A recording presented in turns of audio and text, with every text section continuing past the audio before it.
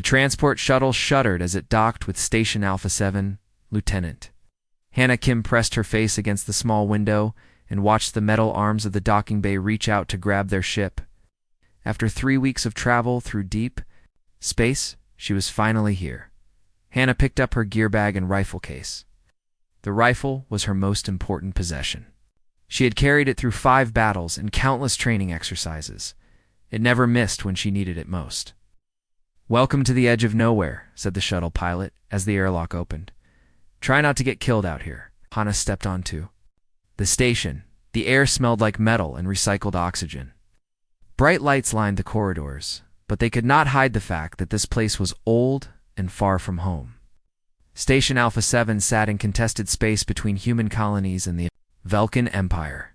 It was not a place where people wanted to be stationed. She followed the signs to the command center. Her boots made loud sounds on the metal floor. Other soldiers passed by, most of them men. They looked at her with curiosity, then looked away. She was used to this reaction. The command center doors opened with a soft hiss. Inside, Captain Gino Park stood looking at a large screen showing nearby star systems.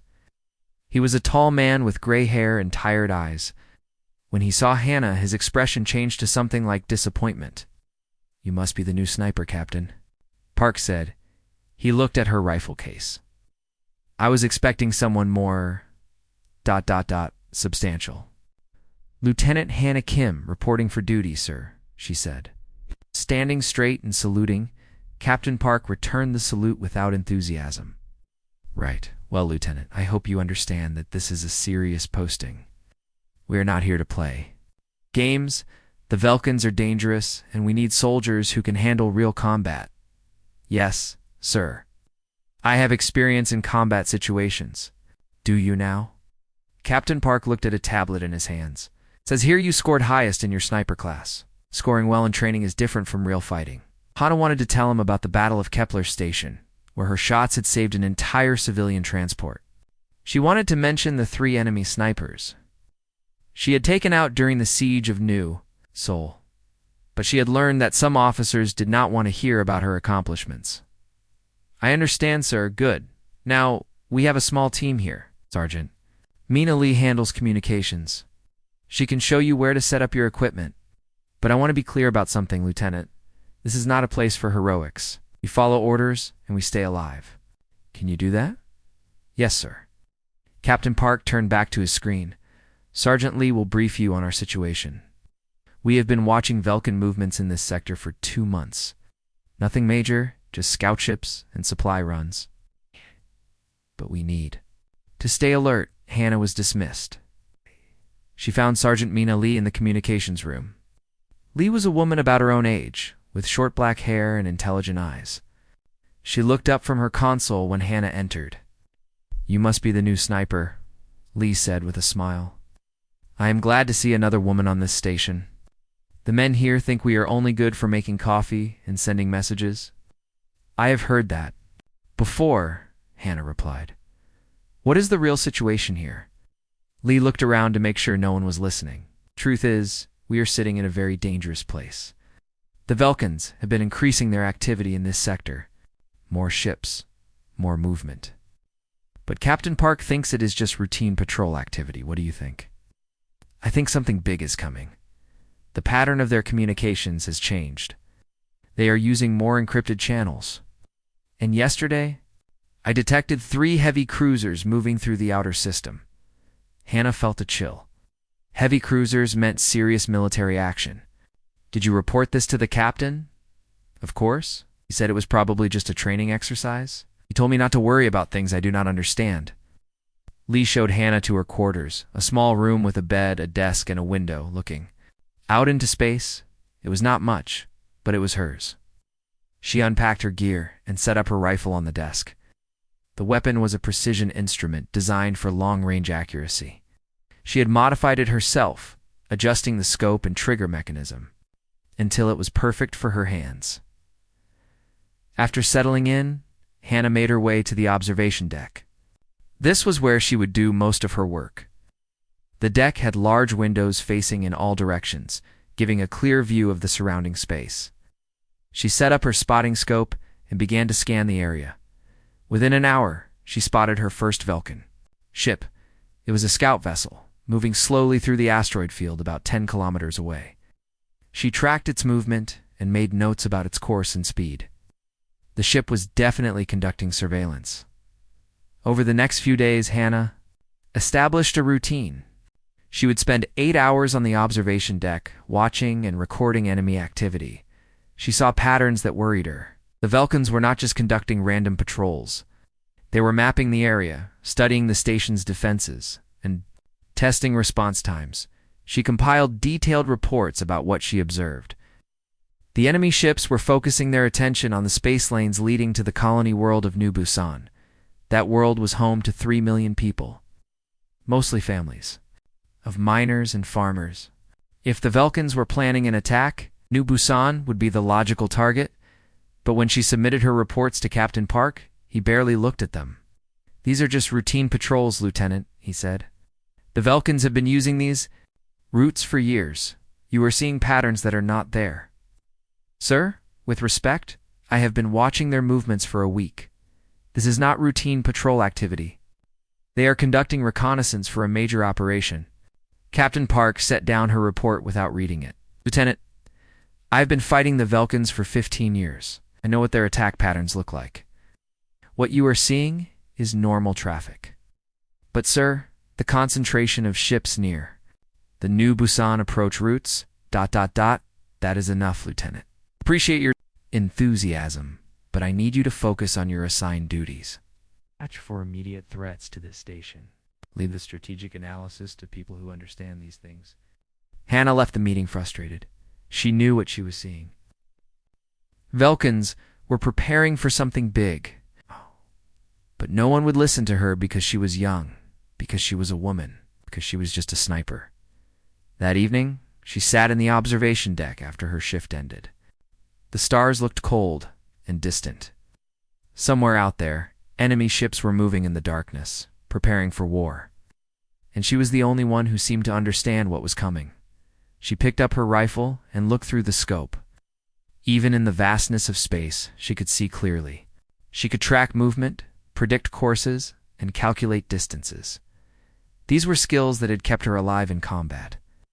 These were skills that could save lives, but apparently they were not skills that anyone here valued.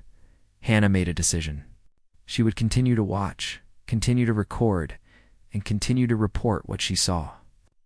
Even if no one listened, even if they thought she was just a woman playing at being a soldier, she would do her job, because somewhere out there in the darkness, the enemy was coming. And when they arrived, she would be ready. 2 weeks had passed since Hannah arrived at Station Alpha 7. Every day, she watched the darkness of space through her scope. Every day, she saw more Velkin ships moving through the sector. And every day, her reports were ignored.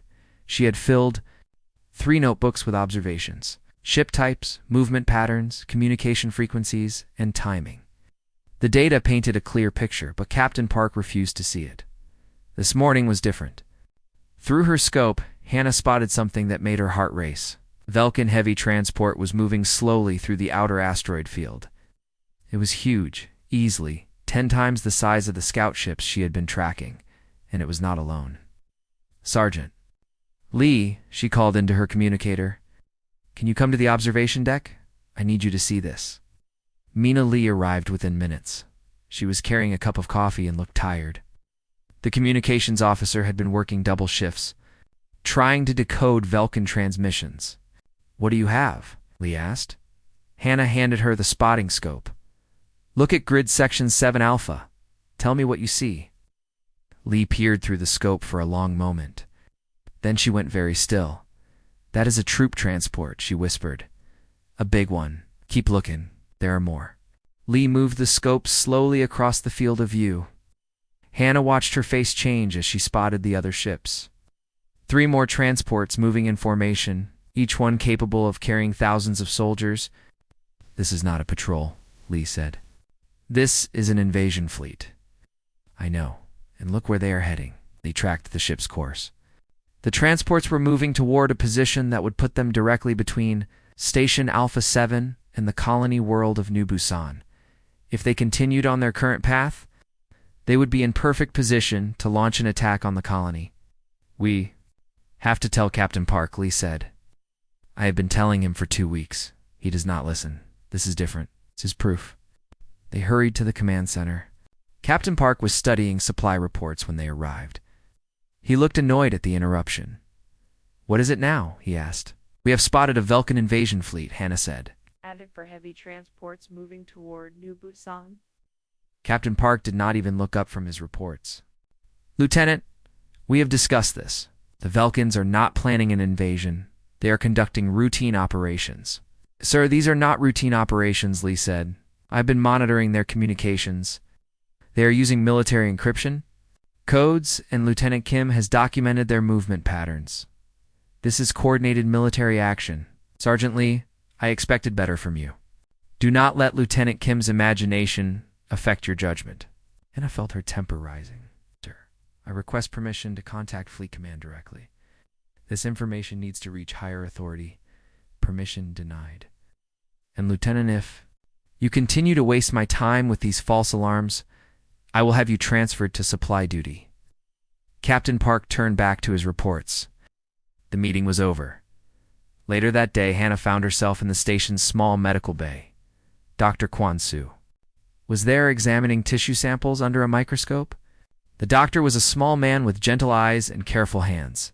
He had been studying Vulcan biology for years. He looked troubled, Dr. Soo said, without looking up from his work. I am trying to save 3 million lives, but no one will listen to me. Dr. Soo set down his microscope and looked at her. Tell me what you have observed. Hannah showed him her notebooks. She explained the ship movements, the timing, the patterns she had discovered. Dr. Soo listened carefully, asking questions about details that even she had not considered important. You are right, he said finally. This is not random activity. The Vulcans are pack hunters. They coordinate their movements like wolves. What you are seeing is the beginning of a coordinated attack. Can you help me convince Captain Park? Dr. Soo shook his head.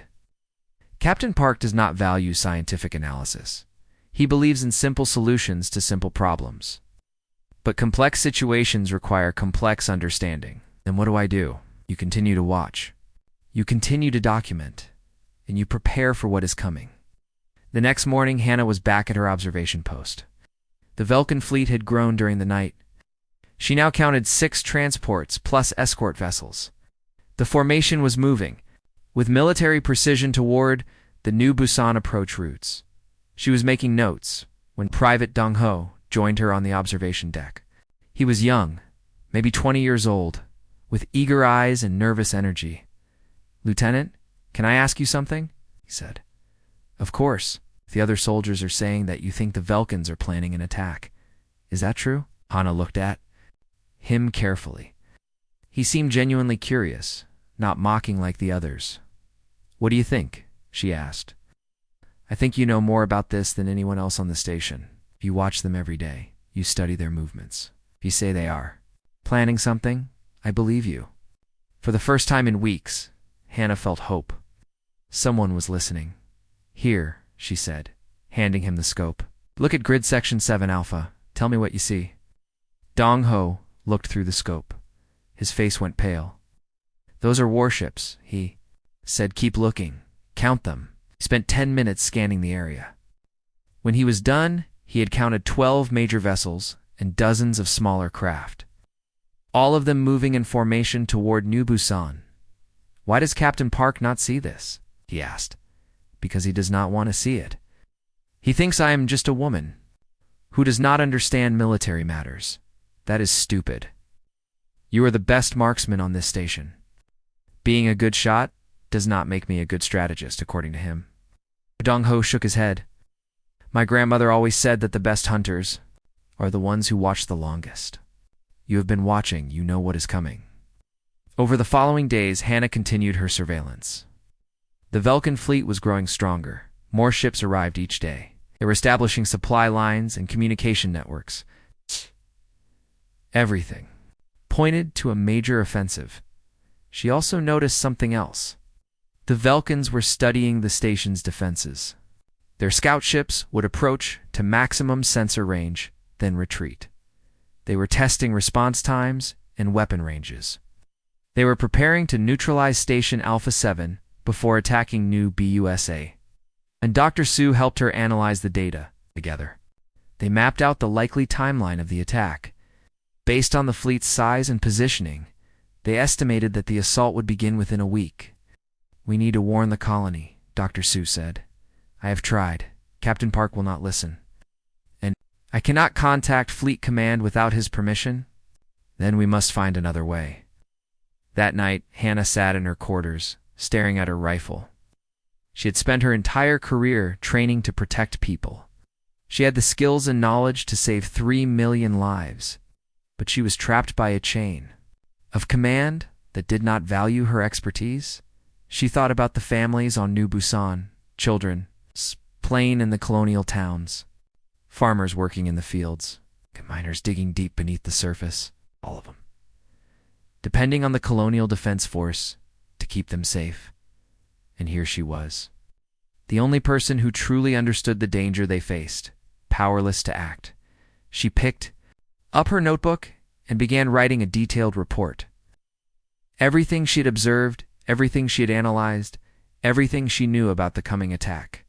If Captain Park would not listen, maybe someone else would. But first, she needed to find a way to get the information to the right people. The lives of 3 million colonists depended on it outside her window. The Vulcan fleet continued its patient advance through the darkness of space. The alarm bells on Station Alpha 7 woke everyone at 0600 hours. Hannah rolled out of bed and grabbed her rifle case. She had been expecting this moment for days. Through her window, she could see the running lights of approaching ships. All personnel. 2 battle stations. Captain Park's voice echoed through the corridors. "This is not a drill." Hannah ran to the observation deck. Through her scope, she could see the Vulcan fleet moving into attack position. The enemy ships were exactly where she had predicted they would be. But they were not attacking yet. They were waiting. "What are they waiting for?" Private Dong Ho asked. He had arrived at the observation deck just after her. "Reinforcements," Hannah said. In the right moment. She was right. Within an hour, more Vulcan ships appeared. The fleet now numbered over 30 vessels, including battle cruisers and assault transports. It was the largest enemy force seen in this sector for years. Captain Park arrived at the observation deck, followed by Commander Tae-Wan. Wan was the overall mission leader, a stern man with cold eyes. He looked at the enemy fleet through his binoculars. "How many?" he asked. 32 ships, Hannah reported. 12 heavy transports, 8 battle cruisers, and various support vessels. "How do you know the exact count so quickly, Commander?" one asked. "I have been tracking them for 3 weeks, sir. I know every ship in that fleet." Captain Park looked uncomfortable. "Lieutenant Kim has been monitoring enemy activity." "Monitoring?" Commander One turned to look at Hannah. "What kind of monitoring?" "I have been documenting their movement patterns, sir. They've been preparing for this attack for weeks. Their target is New Busan Colony." Commander Wan studied the enemy fleet more carefully. "You predicted this?" "Yes, sir. Submitted reports to Captain Park. But nothing was done with the information." One finished. His voice was angry. Captain Park tried to defend himself. "Sir, the lieutenant's reports were speculative. I did not want to cause unnecessary panic." "Unnecessary panic?" One's voice rose. "There are 3 million people on New Busan, and you did not think they deserved a warning?" Before Captain Park could answer, the communication system crackled to life. Sergeant Lee's voice came through the speakers. "Command Center, we are receiving a transmission from Admiral Yen Sik. He is requesting permission to dock." "Commander." One looked surprised. "Admiral Sik? What is he doing here?" "Routine inspection, sir," Captain Park said. "It was scheduled for this week, with a Vulcan fleet moving into attack position. Cancel the inspection. Tell the Admiral to return to fleet." "Command immediately, sir. With respect, I cannot cancel an Admiral's orders." One looked frustrated. "Fine, but keep the inspection brief. We have bigger problems." Admiral Yen Sik arrived 2 hours later. He was an older man with gray hair and sharp eyes. He had commanded fleets in 3 major battles against the Vulcans. His reputation was legendary. Hannah watched from the observation deck as the Admiral's shuttle docked. She had an idea, but it was dangerous. If she was wrong, her career would be over. And she was right, she might save millions of lives. The Admiral's inspection began in the command center. Hannah could see him through the window, reviewing station reports and asking questions. Captain Park stood beside him, trying to look confident. This was her chance. Hannah left the observation deck and made her way to the command center.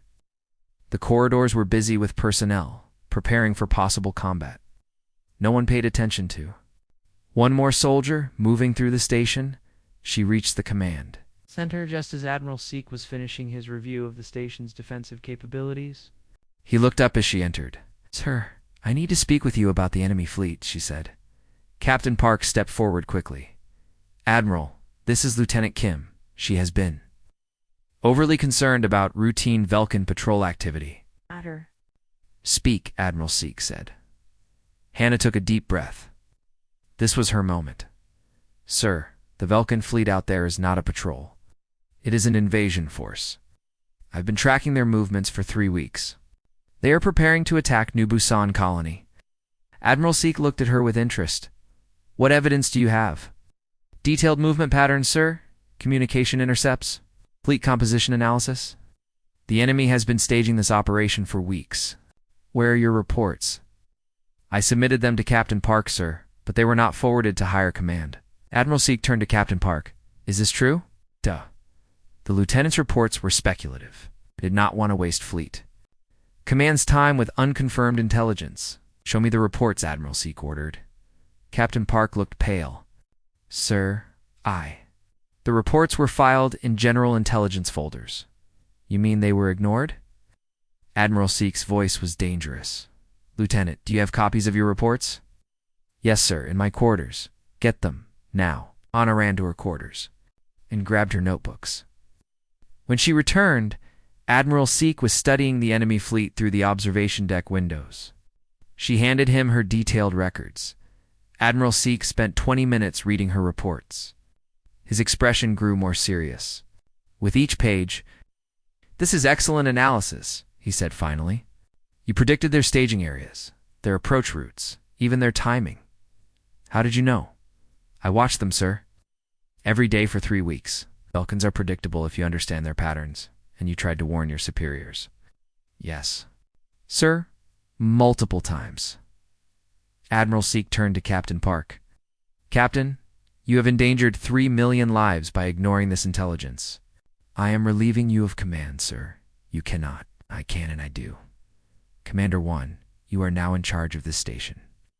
But before Commander 1 could respond, the communication system activated. Sergeant Lee's voice was urgent.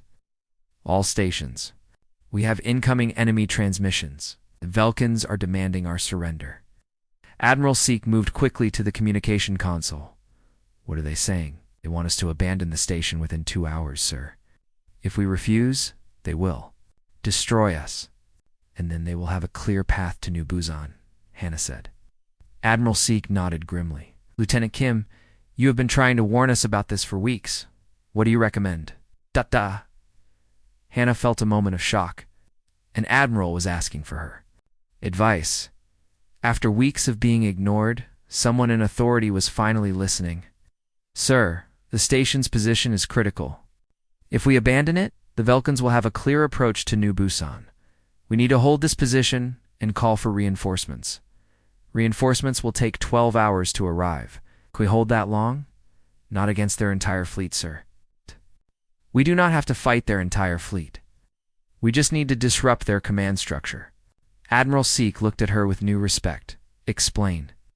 "Vulcans coordinate their attacks through their flagship. If we can take out their command ship, the rest of the fleet will lose coordination.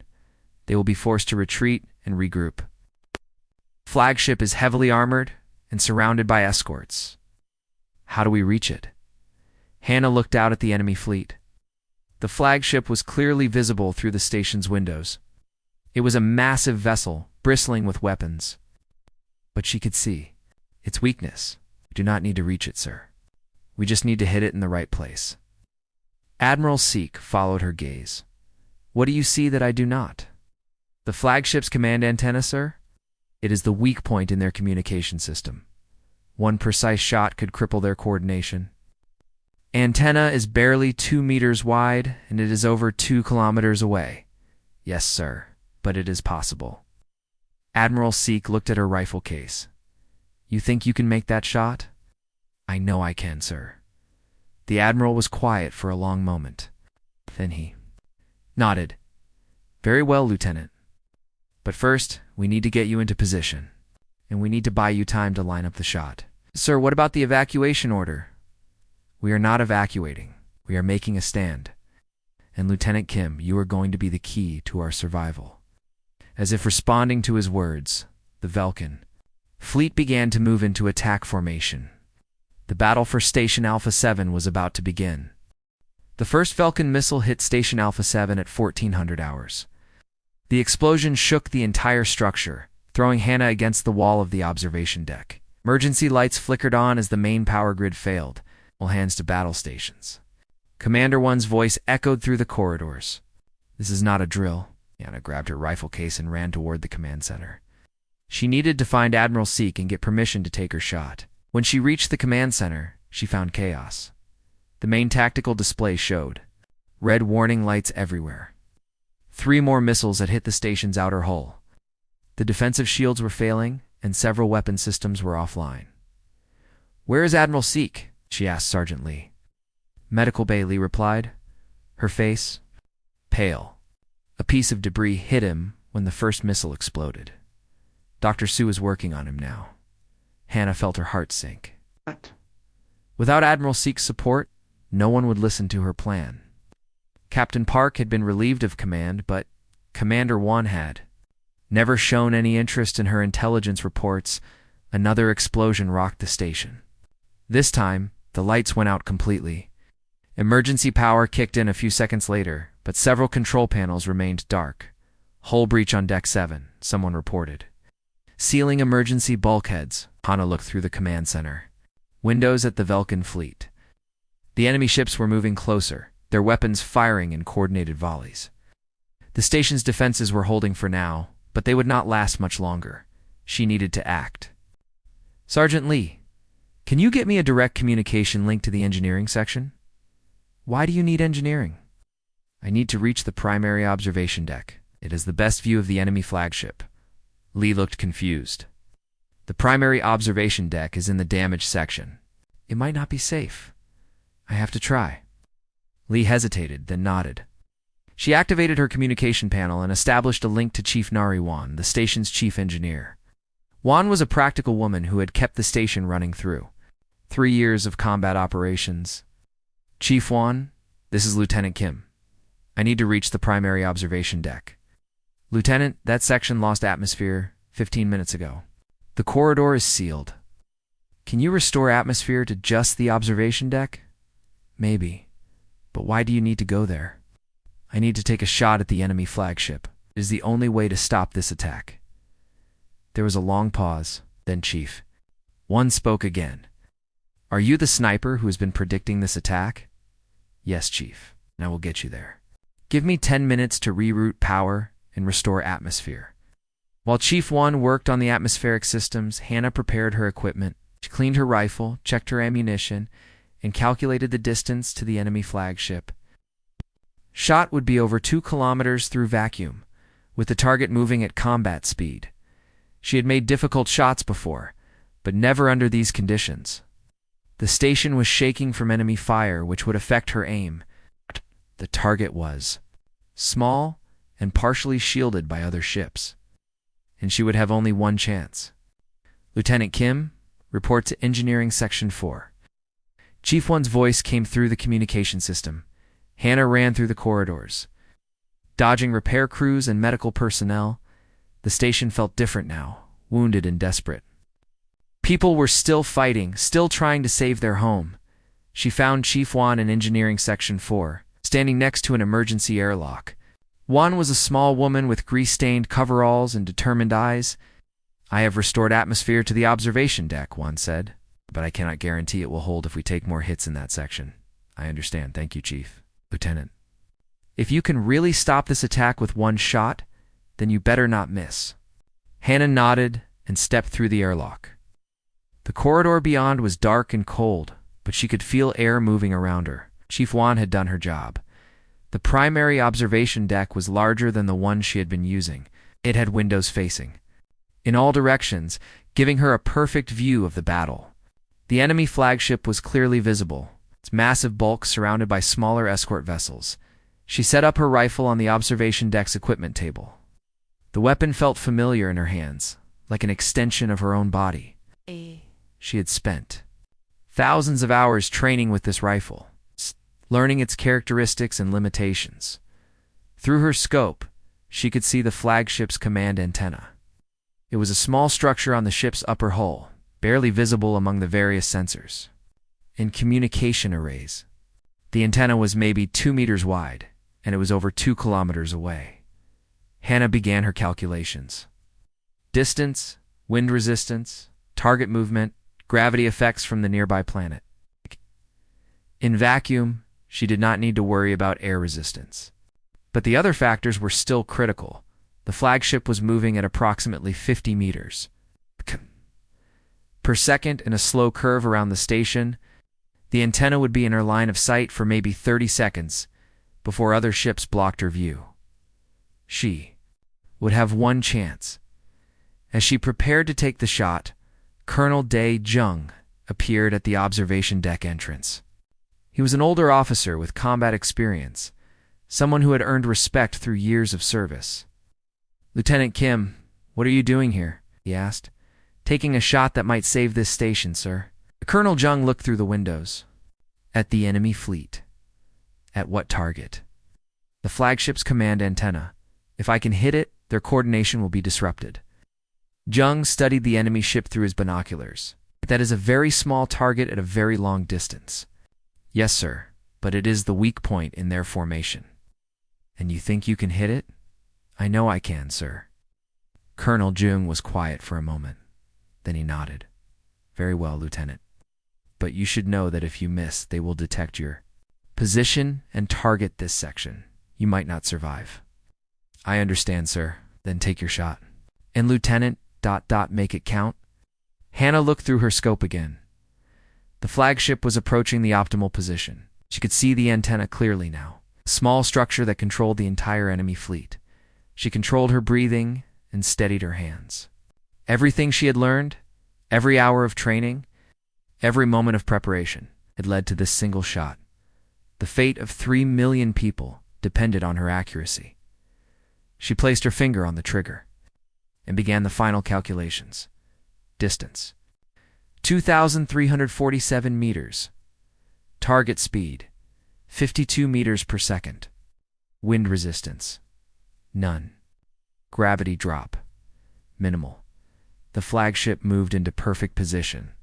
Hannah held her breath and squeezed the trigger. The rifle kicked against Hannah's shoulder as the shot fired. Through her scope, she watched the projectile streak across the vacuum between the station and the enemy flagship. The bullet was invisible to the naked eye, but she could track its path through her targeting system. 2.3 seconds. That was how long the bullet took to cross the distance between her rifle and the target. 2.3 seconds that felt like an eternity. The first indication that she had hit the target was not visual. It was the sudden change in the enemy fleet's behavior. The coordinated attack pattern that had been slowly destroying Station Alpha 7 suddenly became chaotic. Vulcan ships began firing at random targets. Some of them stopped moving entirely. Others accelerated in different directions, as if they had received conflicting orders. The tight formation that had made them so effective began to fall apart. "What is happening out there?" Colonel Jung asked, watching the enemy fleet through his binoculars. "I hit the antenna," Hannah said, still watching through her scope. "There. Command ship can no longer coordinate the attack." She could see the flagship now, drifting slowly as its crew tried to regain control. The small antenna that had controlled the entire fleet was gone, placed by a twisted piece of metal and sparking electronics. But the battle was not over. The Vulcan ships might have lost coordination, but they were still dangerous. Individual commanders were taking control of their vessels, trying to continue the attack without central command. We need to take advantage of this confusion, Colonel Jung said. I will contact Commander Wan and recommend an immediate counterattack. As Jung spoke into his communicator, Hannah continued to watch the enemy fleet. She could see the flagships, crew working frantically to repair their communication systems. If they succeeded, the coordinated attack would resume. She had bought time for the station. But the victory was not complete. The observation deck shuddered as another enemy missile hit the station. Even without coordination, the Vulcan ships were still firing. The station's defenses were holding, but they would not last forever. Lieutenant Kim, report to the command center immediately. Commander One's voice came through the communication. System Hannah packed her rifle and ran back through the corridors. The atmosphere in the station had changed. People were moving with more purpose, more hope. Word of her successful shot was spreading through the crew. When she reached the command center, she found Commander One studying the tactical display with renewed interest. The enemy fleet was still scattered, but several ships were trying to regroup. Excellent work, Lieutenant Wan said. Your shot has given us a fighting chance. Thank you, sir. But the enemy is trying to regain coordination. We need to act quickly. Agree. I have contacted Fleet Command. Reinforcements are on the way, but they will not arrive for 8 hours. Can we hold that long? With the enemy fleet scattered, yes, but only if we can prevent them from regrouping. One pointed to the tactical display.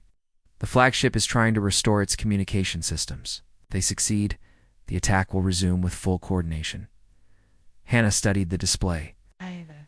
The flagship was still vulnerable, but it was moving away from the station. Soon it would be out of range of her rifle. Sir, I recommend we target the flagship's engine systems. If we can disable its movement, it cannot escape to a safe distance.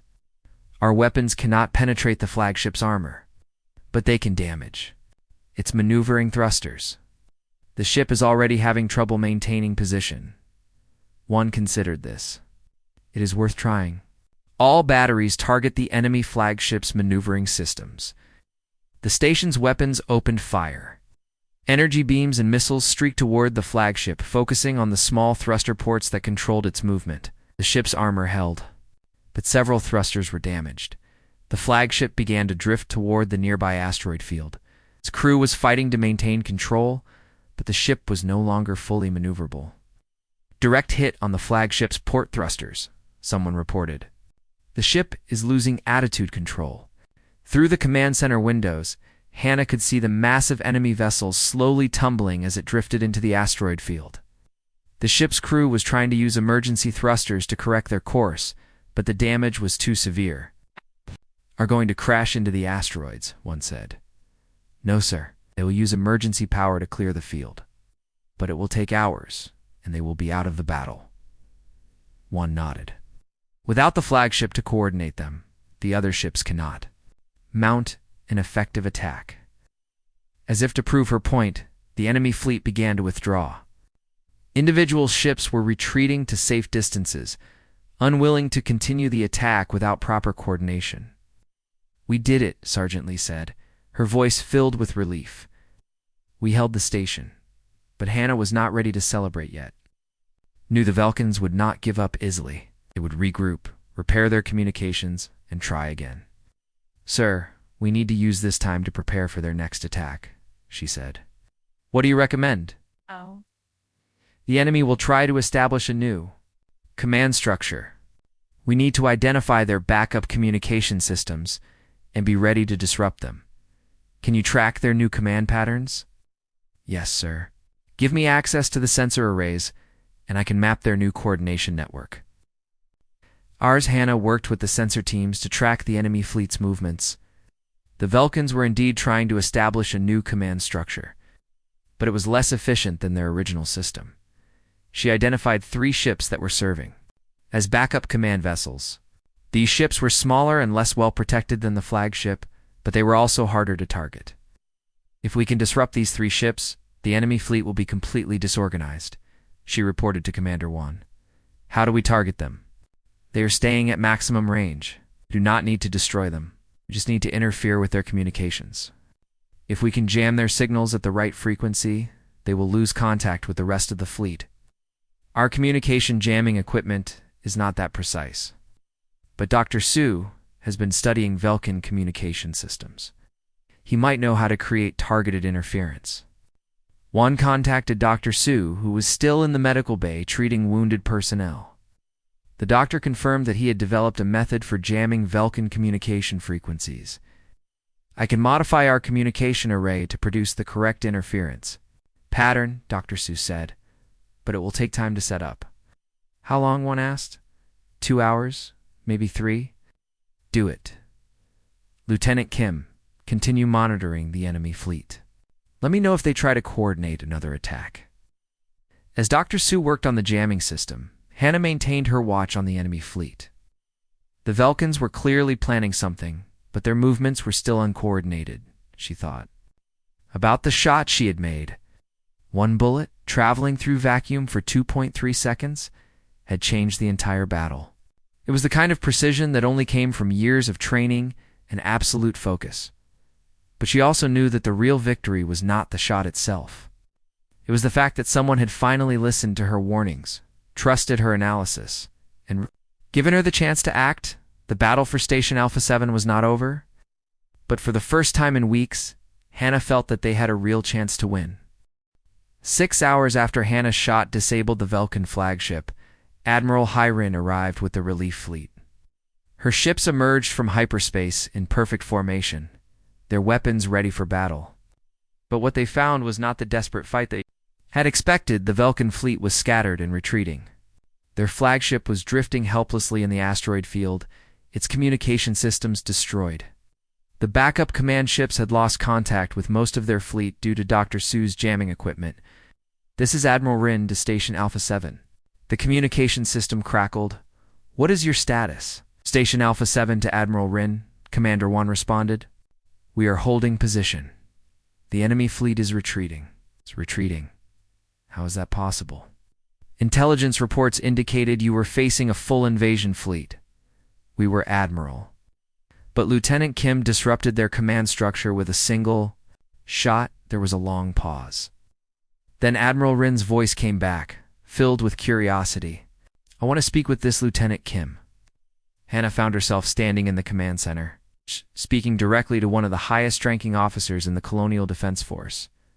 Admiral Rin appeared on the main communication screen.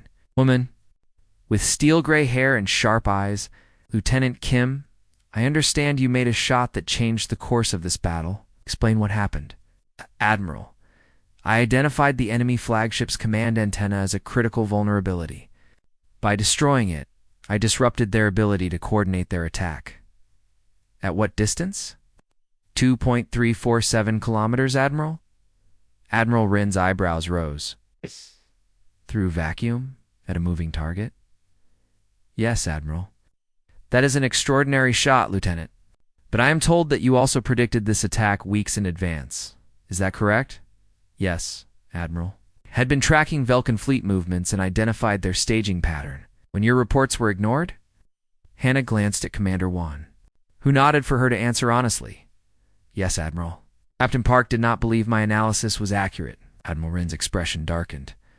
Where is Captain Park now? Medical bay, Admiral, Commander 1 replied. He was injured during the battle, I see, Commander 1. I want a full report on how this situation was handled. And I want to review all of Lieutenant Kim's intelligence reports. Yes, Admiral. Admiral Rin turned her attention back to Hannah. Lieutenant, your actions have saved not only this station, but also the 3 million people on New Busan. The Velkin fleet was indeed planning a full-scale invasion of that colony. Thank you, Admiral. I am promoting you to Captain Effective. Immediately. You'll also receive the Colonial Defense Medal for exceptional service. Hannah felt a moment of shock. Captain, she had dreamed of this rank, but never imagined it would come like this. Furthermore, Admiral Rin continued, I am creating a new division within the Colonial Defense Force, the Precision Strike. Division will specialize in long-range tactical operations. You will command this division. Admiral, I am honored, but I am not sure I am qualified to command a division. You predicted an invasion that experienced officers missed. You identified a tactical solution that saved millions of lives, and you executed that solution under combat conditions. If that does not qualify you for command, then our promotion system is broken. Admiral Rin's fleet began docking with Station Alpha 7. The relief ships brought medical supplies, repair equipment, and fresh personnel. The station, which had been on the edge of destruction, is now buzzing with activity. Dr. Sue approached Hannah as she watched the docking operations. The doctor looked tired but satisfied. "Congratulations, Captain Kim," he said. "You have earned this promotion. Thank you, Doctor. Your jamming system was crucial to our success. I only provided the technical support. You were the one who saw the pattern, identified the solution, and executed the plan." Sergeant Lee joined them, carrying a datapad with the latest intelligence reports. "Captain, we have been monitoring Vulcan communications. Their fleet is in full retreat. They're calling this operation a complete failure." "What are they saying about the attack?" "They're blaming equipment failure and poor intelligence." "Oh, we intercepted one interesting message. The Vulcan High Command is warning all their forces to beware of human precision weapons." Hannah smiled. "Good, maybe they will think twice before attacking our colonies." Private Dong Ho approached with a group of younger soldiers. They all looked at Hannah with respect and curiosity. Captain Kim Dong Ho said, "We wanted to thank you. You saved all of us. We saved each other. This was a team effort, but you were the one who saw what was coming. You were the one who made the shot." Hannah looked at the young soldiers. They were the future of the Colonial Defense Force. They would face battles that she could not imagine against enemies that did not yet exist. "Private Dong Ho, what did you learn from this battle?" "That expertise matters more than rank. That watching and analyzing is as important as fighting." "Good. What else?" "That everyone has something to contribute, regardless of gender or background." "Exactly. Remember that when you become leaders yourselves?" Colonel Jung appeared at the group's edge. He had been instrumental in supporting Hannah's plan during the critical moments. "Captain Kim, I have been asked to help you organize the new Precision Strike Division. If you are willing, I would like to serve as your second in command." "I would be honored, Colonel, and we have work to do. Admiral Rin wants the division operational within 6 months. We need to identify personnel, establish training programs, and develop new tactical procedures." Over the following weeks, Hannah worked with Colonel Jung to build the Precision Strike Division. They recruited marksmen and analysts from across the Colonial Defense Force. They established training facilities and developed new equipment. But most importantly, they created a culture that valued observation, analysis, and precision over brute force and traditional thinking. Captain Sung Min was assigned as the new commander of Station Alpha 7. He was a young officer with a reputation for listening to his subordinates and valuing diverse perspectives. "Captain Kim," he said during one of their planning meetings, "I have read your original reports about the Vulcan attack. They were remarkably accurate. How did you develop such analytical skills?" "By watching, Captain." "Yes." "By paying attention to details that others ignored. By trusting my observations even when others doubted them. That is a valuable lesson. I will make sure that all intelligence reports are given proper consideration." 6 months later, the Precision Strike Division was fully operational. It prevented 2 more enemy attacks through early warning and precise tactical strikes. The division's reputation was spreading throughout the Colonial Defense Force. Hannah stood in her new office, looking out at the stars. The same stars that had once seemed cold and distant now represented opportunity and hope. The Colonial Defense Force was changing, becoming more inclusive and more effective. On her desk was a message from Admiral Rin. The Vulcans had added a new phrase to their military communications: "Beware the quiet ones with steady hands." It was recognition of a new reality. Human precision and patience had become weapons as powerful as any battleship. And the woman who had been dismissed as just a sniper had become a symbol of what was possible when talent was recognized and given the chance to shine. Hannah picked up her rifle and began cleaning it, as she had done countless times before. But now she knew that every shot, every observation, every moment of preparation was part of something larger. She was no longer just a soldier. She was a teacher, a leader, and a guardian of human space. And she would make sure that no qualified person would ever again be dismissed because of who they were rather than what they could do. The shot that changed everything had been fired. Now it was time to build the future that shot had made possible.